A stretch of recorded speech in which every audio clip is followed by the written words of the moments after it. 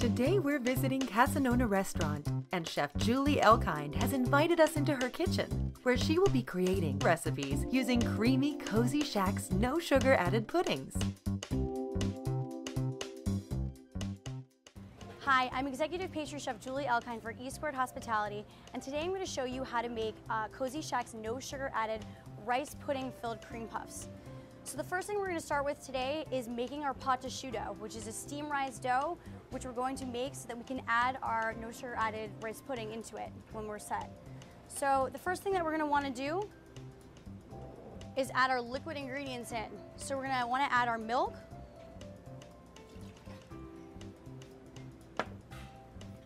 our water,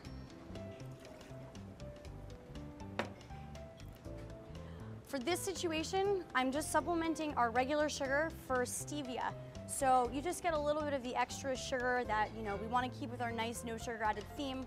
So we just want it a little bit healthier. So we're going to switch it out with the stevia. I have my salt and I have my butter. So I'm going to slowly add this in. What I'm going to do is I just want to turn my burner on to a high heat, and I just want to bring this up to a boil. So I just want to stir it and incorporate everything. So right now what we're doing is just melting our butter into our water and our sugar and our milk.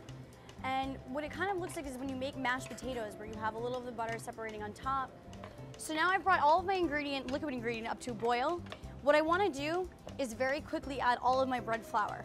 So I'm going to add it all at once. And I'm going to start stirring immediately. So I've turned my heat off, is what we want. And we're going to get it where it looks like a paste in the pot. Once we get to this point, what I'm going to want to do is turn my heat back on because I want to cook the flour. So what we're going to create is mashed potatoes. This is exactly what it looks like. So once this pulls away from the pot and you start creating a ball, which is our flour and our butter and our milk, it creates a starchy ball, which is the beginning of our pâte de choux dough. So what we want to be doing is starting to create a skin that actually sticks to the bottom of the pot. So we want to start folding it around in our pot. And then the next step that we're going to do, we want to use our stand mixer with a paddle attachment. And we're going to pour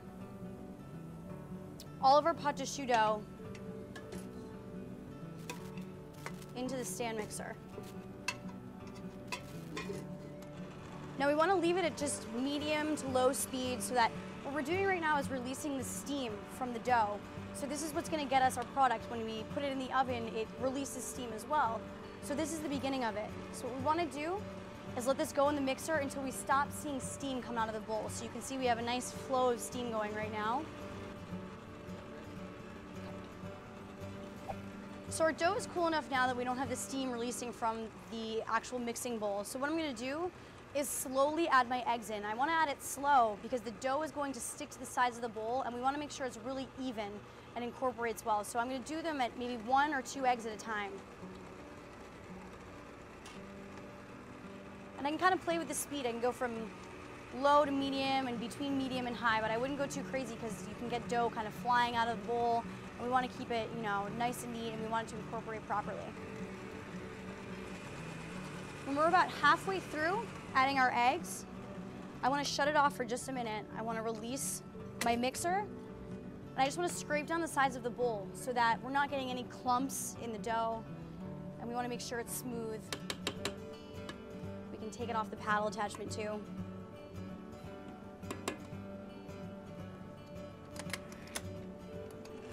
And then we want to continue adding our eggs.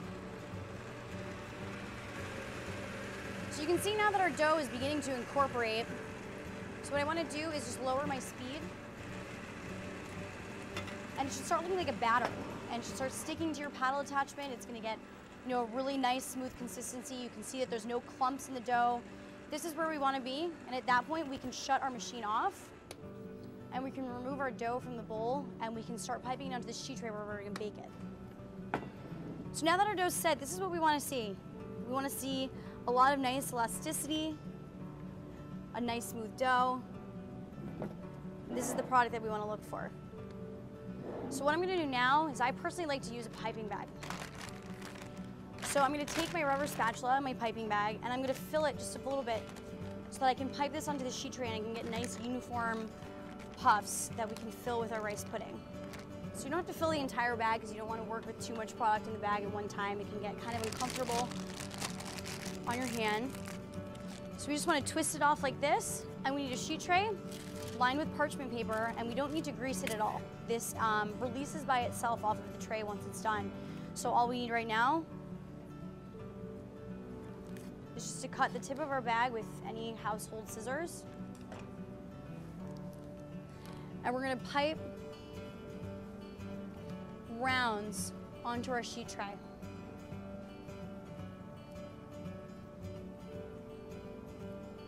I've already preheated my oven to 300 degrees Fahrenheit, which is what I want to do with our dough. So what I'm going to do is I'm going to put it in the oven for 10 minutes. I'm going to let it bake.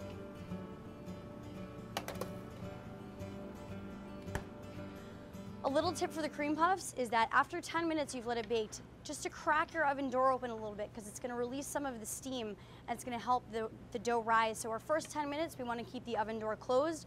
Our second 10 minutes is we want to crack our oven door, so it's going to be 20 minutes in total for bake time. This is going to get your best product for the cream puffs. So 20 minutes has passed, and what I'm going to do now is just remove my cream puffs from the oven.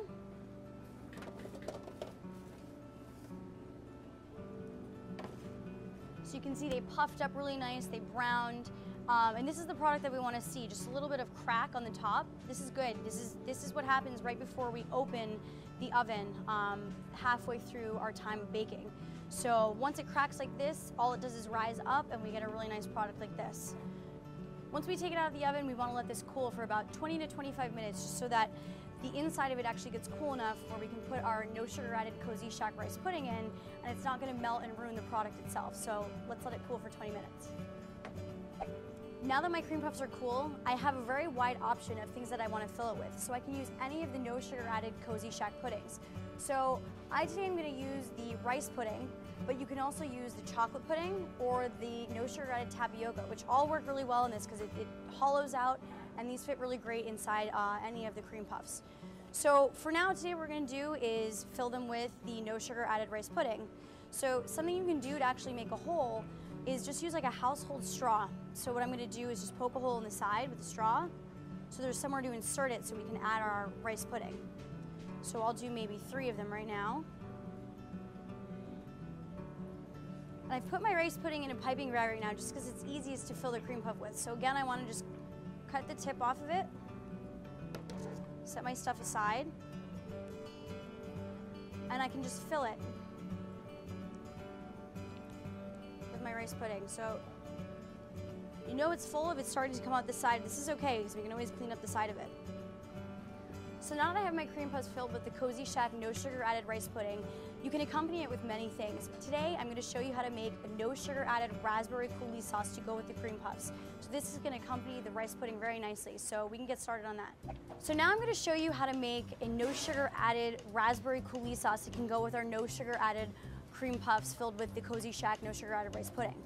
So the first thing I'm going to do is I'm going to add my raspberries into the pot. I'm going to add 1/4 cup of honey. Use whatever honey you want. This is clover honey, and this is what's going to naturally sweeten our raspberries. So this is our natural sugar right here.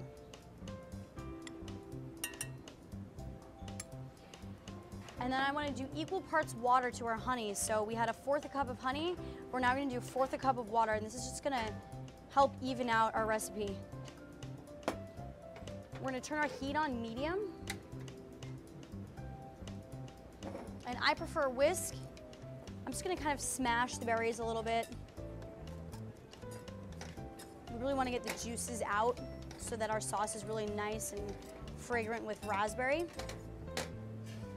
So right now my sauce just came to a boil, and at this point what's happening is the pectin is releasing from the berries. So at this point what we're doing is reducing the sauce down.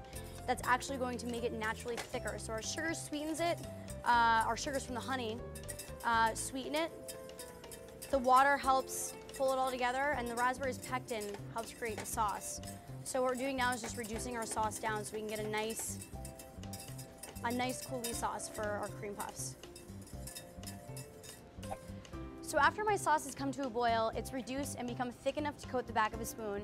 I put it in a bowl and I allowed it to cool. So you can see how it's a nice thick sauce. It's sticking to the side of the bowl. So you can see how it reduced and thickened really nicely.